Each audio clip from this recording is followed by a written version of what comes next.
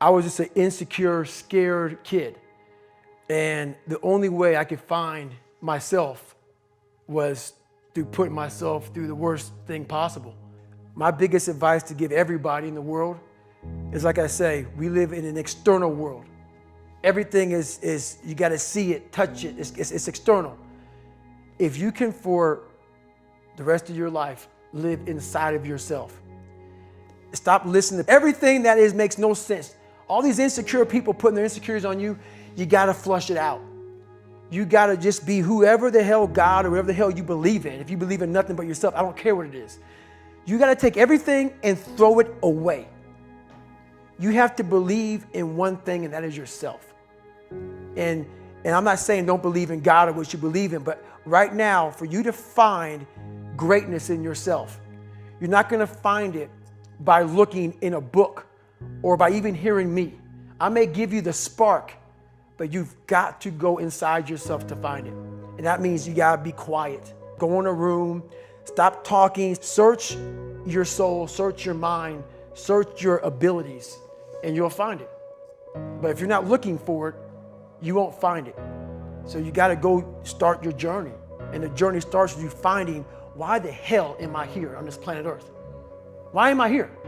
And if you don't know that, you will live the rest of your life searching, always asking the question, why? Well, it was pretty crazy for me. It took a while to get to that point where enough was enough. What happened, I came home one night from work spraying for cockroaches. And long story short, I turned on the Discovery Channel. I saw some guys going through Navy SEAL training. And they were going through Hell Week and they were getting their ass just beat. You know, in and out of the water, guys ringing the bell. They were just suffering. And I was weighing like 297 pounds. And I had to make a change in my life. You know, I was at an all-time low and I wasn't going anywhere. And I was exactly what everybody said I was gonna be, which was nothing. So I had to make a change. No one was helping me out. My dad made my mom kind of irregular. So she worked 3 jobs, went to college full time, so she was never around. One time this person drew a picture of me and said, "We're gonna kill you," on my Spanish notebook. And I took it to my principal. And my principal said, "They spelled Niger." That was the best advice he can give me. So long story short, what I realized was no one was here to help me. I started shaving my head when I was 16 years old. And the feeling I had every morning when I looked in the mirror was horrible. And I didn't want to feel like that anymore. And how I felt was a kid going nowhere, a kid that was scared. And most kids will accept that and look for help. But the best thing that happened to me, no one helped me. No one felt sorry for me. No one looked at me and said, like this day and age, they'll take you in and they'll tell everybody, stop picking on this person. Back then, they didn't care. The KKK marched in our 4th of July parades. They had to stay 100 yards back, but they marched in it. Wow. That's how this town was. And my mom cared about me, but my dad took our soul. And she did the best she could. I had to figure out I wasn't gonna be a punk kid all my life. So the only way I could turn it around was to suffer. I had to build calluses in my brain the same way I built calluses on my hands. So I broke the Guinness Book of World Records for pull-ups a long time ago, but I failed at it twice. And I did 67,000 pull-ups in trying to break this record.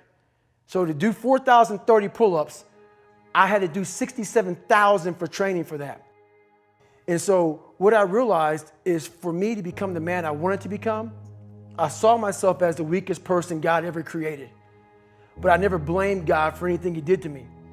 So I wanted to change that to be the hardest man ever created. Am I that? I don't know, but you had to have a goal. And my goal when I was sitting there, not going to school, being bullied, having no self-esteem, my goal was the only person that's gonna turn this person around is me. And the only way I can turn it around is put myself through the worst things possible a human being can ever endure. And that'd be the only way that I can build this brain to handle anything that comes in front of it, callousing my mind through pain and suffering. In the end, what would your advice be to that 16-year-old kid who's staring in the mirror, does not like what he sees, but is still running from adversity? Well, my biggest advice to him is that, first of all, he won't like what I say to him, because I'm going to say the exact opposite of what the world, today's world, is saying. So we read a bunch of books nowadays. As humans, we want to find out how to be someone else. What we don't do is we don't go inside. So literally turn yourself inside out. Read the book that's like we're writing a book every day of our lives, but we never read that book. So what I would challenge this young man or young woman to do is you have to look inside of yourself to see what you really want. What are you passionate about? We use these words and these little phrases of only the strong survive and all this other crap. They're all just words. I get so tired of hearing people just talking. Like right now, someone may think Goggins is just talking. You don't know me. So when I speak from passion. I speak from experience. I speak from suffering. I have to tell this young man or woman that the only way I believe, and this is my experience in life, the only way you're ever going to get to the other side of this journey is you have got to suffer to grow. To grow, you must suffer. And some people will get it and some people won't.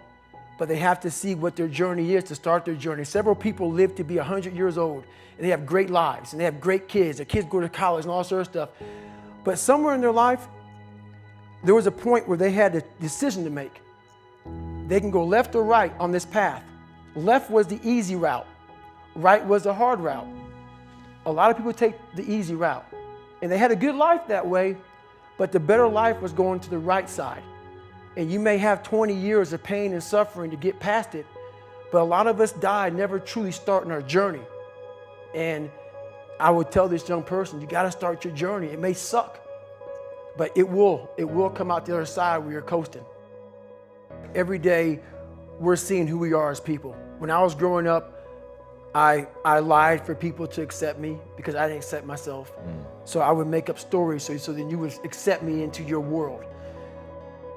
Everything I did was for someone else to like me. It wasn't until I started reading my own book about how pathetic I was as a human being.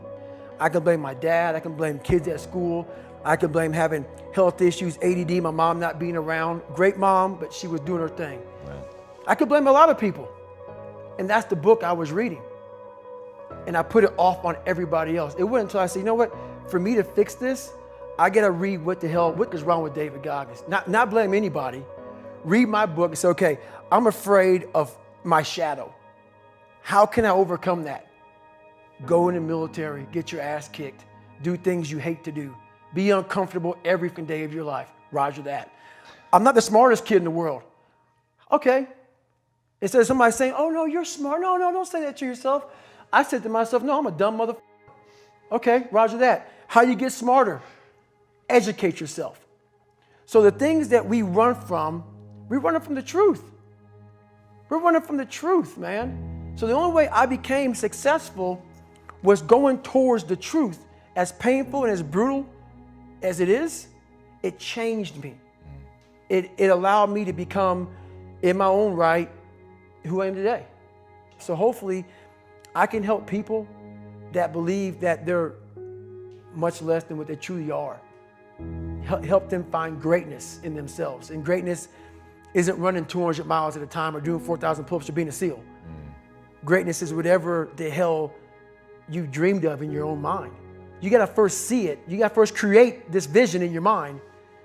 And then that's when I come into play. Once you create this vision in your mind, it's how am I gonna get there now? And that's when I come into play. But first you gotta create your own vision. And then it's not external. It's the vision created is inside of you. So until you create that, I'm nobody to you. I'm slowly writing a book right now. It's taking me 4 or 5 years because I have so many things to talk about. It's gonna be probably several books. But the first book will probably be about my life story, how I came up, and a few lessons learned along the way.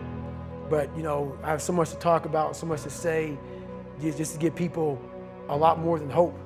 So.